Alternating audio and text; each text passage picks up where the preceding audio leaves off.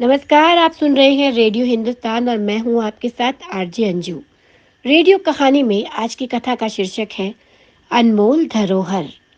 Daddy, आज आपके रखे नए ड्राइवर ने मेरे साथ बदतमीजी की। देर शाम लौटी जानवी ने अपने पापा को बाहर हॉल में बैठे हुए देखकर शिकायती लहजे में कहा, क्या उसकी ये हिम्मत? कहाँ है वो बदतमीज? महेंद्र बाबू गुस्से में बोले। तभी उनकी पत्नी ने कहा, वो नौकरी छोड़कर चला गया। कह रहा था, मुझे मेरा आत्मसम्मान प्यारा है, मुझे आपके यहाँ नौकरी नहीं करनी। तो मैंने कहा, ठीक है, अगले महीने की 10 तारीख को आकर जो भी हिसाब बने ले जाना। हिसाब तो मैं पूरा करता हूँ। मेरी बिटिया के साथ बदतमीजी की उसने और मैं उसे ऐसे ही छोड़ दूँ? तुम चलो अभी मेरे साथ जानवी, अभी उसके घर चलते हैं। वहाँ उसके परिवार के सामने उसकी वो हालत करूँगा कि तमीज सीख जाएगा। गुस्से में भरे महेंद्र बाबू अपनी बेटी और पत्नी के साथ ड्राइवर बिरजू के घर पहुंचे और दरवाज़ा खटखटाया। दरवाज़ा एक 15-16 साल की लड़की ने खोला। जी कहिए, कहाँ है वो बिरजू का बच्चा? बुलाओ उसे। गुस्से से महेंद्र बाबू गरजे। ओह, तो आप पापा की पहचान वाले हैं। नमस्ते अंकल जी। नमस्ते आंटी जी। आइए आइए बैठिए, मैं आपके लिए पानी लेकर आती हूँ। सुनो लड़की, महेंद्र बाबू बस इतना ही कह पाए, मगर वो लड़की अपनी माँ को आवाज लगाते हुए अंदर से पानी लेने चली गई। तब तक उसकी माँ बाहर निकल आई। नमस्ते जी, माफ कीजिएगा, मैंने आपको पहचाना नहीं। मैं अर्पणा हूँ, आराध्या की मम्मी। बिरजू कहाँ है? महेंद्र बाबू ने कहा। जी वो तो सामान लाने गए हैं, बस आते ही होंगे। लीजिए वो आ गए। बिरजू को दरवाजे पर आते हुए देखकर अर्पणा बोली, अरे साहब मैडम, आप यहाँ?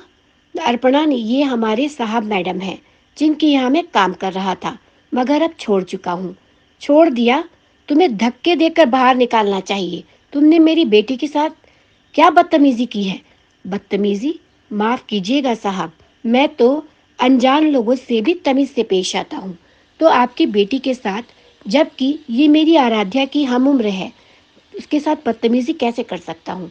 जानवी तुम ही बताओ, क्या बदतमीजी की इसने तुम्हारे साथ? पापा, सुबह स्कूल जाते समय इसने अचानक बड़ी तेजी से ब्रेक मारी, तो मैंने इससे कहा, देख कर नहीं चला सकते? कितनी जोर से ब्रेक मारी है। ये तो शुक्र है मैंने सीट पकड़ ली, वरना मैं मुंह के बल गिर पड़ती। तो जवाब में ये बोला, बेटी, वो अचानक एक छोटी सी बच्ची रोड क्रॉस करने लगी, मैं ब्रेक नहीं मारता तो? बहाने मत बनाओ और ध्यान से गाड़ी चलाओ। फिर से अगर ब्रेक मारी तो मुझसे बुरा कोई नहीं होगा। पापा भी न जाने कैसे कैसे बदतमीज लोगों को ड्राइवर रख लेते हैं। बेटी, अगर मैं ब्रेक नहीं मारता तो वो बच्ची गाड़ी के नीचे आ जाती, ये गाड़ी थाने में और मैं जेल में होता। तो लगता है तुमने आज से पहले कभी बढ़िया आलीशान गाड़ी नहीं चलाई। हमारी लग्जरी गाड़ियों को देखकर इन छोटे लोगों को खुद ही दूर हो जाना चाहिए कि तुम्हारे तरह डर कर गाड़ियों में ब्रेक मारनी चाहिए। और ये क्या बेटी बेटी लगा रखा है तुमने? क्या मैं तुम्हारी बेटी हूँ? तो फिर क्या कहूँ आपको? मैडम को दीदी कहते हैं, तो मैं आपको दीदी कहूँ? पागल वागल हो गया है? मैं तुमसे बड़ी लगती हूँ तुम्हें? तुमने अपनी उम्र देखी है बूढ़े? मुझे बेटी दीदी नहीं, सीधे सीधे जान भी कहो, समझे? बस यही हुआ था पिताजी साहब, मैं ही एक बेटी का पिता हूँ। आज तक यहाँ भी नौकरी की, वहाँ मैंने सभी छोटे बड़ों का आदर किया, बदले में मुझे भी खूब आदर मिला और अधिकतर जगहों पर खुशी जाहिर करते हुए रुपए, मिठाई और प्यार मिला। मगर आपके यहाँ बदतमीजी का पुरस्कार, जो मेरे आत्मसम्मान को ठेस पहुंचा रहा था। इसलिए मैंने मैडम जी को बता दिया था कि मैं कल से आपके यहाँ काम पर नहीं आऊँगा। बस यही बात हुई थी। महेंद्र बाबू कुछ कहते, तब तक आराध्या सबके लिए ठंडा ठंडा शरबत बना कर ले आई। लीजिए अंकल जी, लीजिए। आंटी जी, लीजिए। बहन, पापा, मम्मी, अंकल जी, गर्मी बहुत है, ये शरबत पीजिए। हमारे यहाँ का खास है, सभी मेहमान कहते हैं मन को ठंडक मिलती है। पीजिए ना, प्यार से आराध्या ने कहा। तो महेंद्र बाबू ने शरबत होठों से लगा लिया और घूट घूट कर पीने लगे।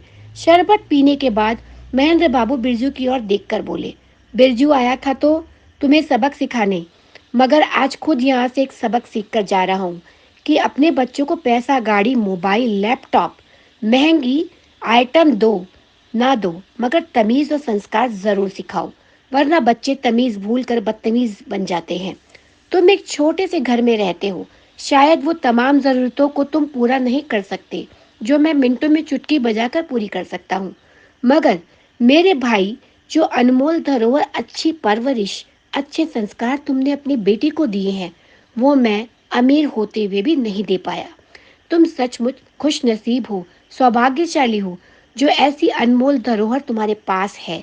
कहते हुए महेंद्र बाबू ने अपनी बेटी जानवी की ओर देखा, तो वो भी शर्मिंदगी से सिर झुकाकर बाहर निकल गई। तो जो प्राप्त है वो पर्याप्त है। तो इसी के साथ मैं लूंगी अनुमति।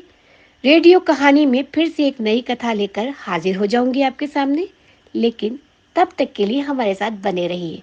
जाते जाते पानी बचाइए, सबको सिखाइए, पेड़ लगाइए, सबको सिखाइए। नमस्कार।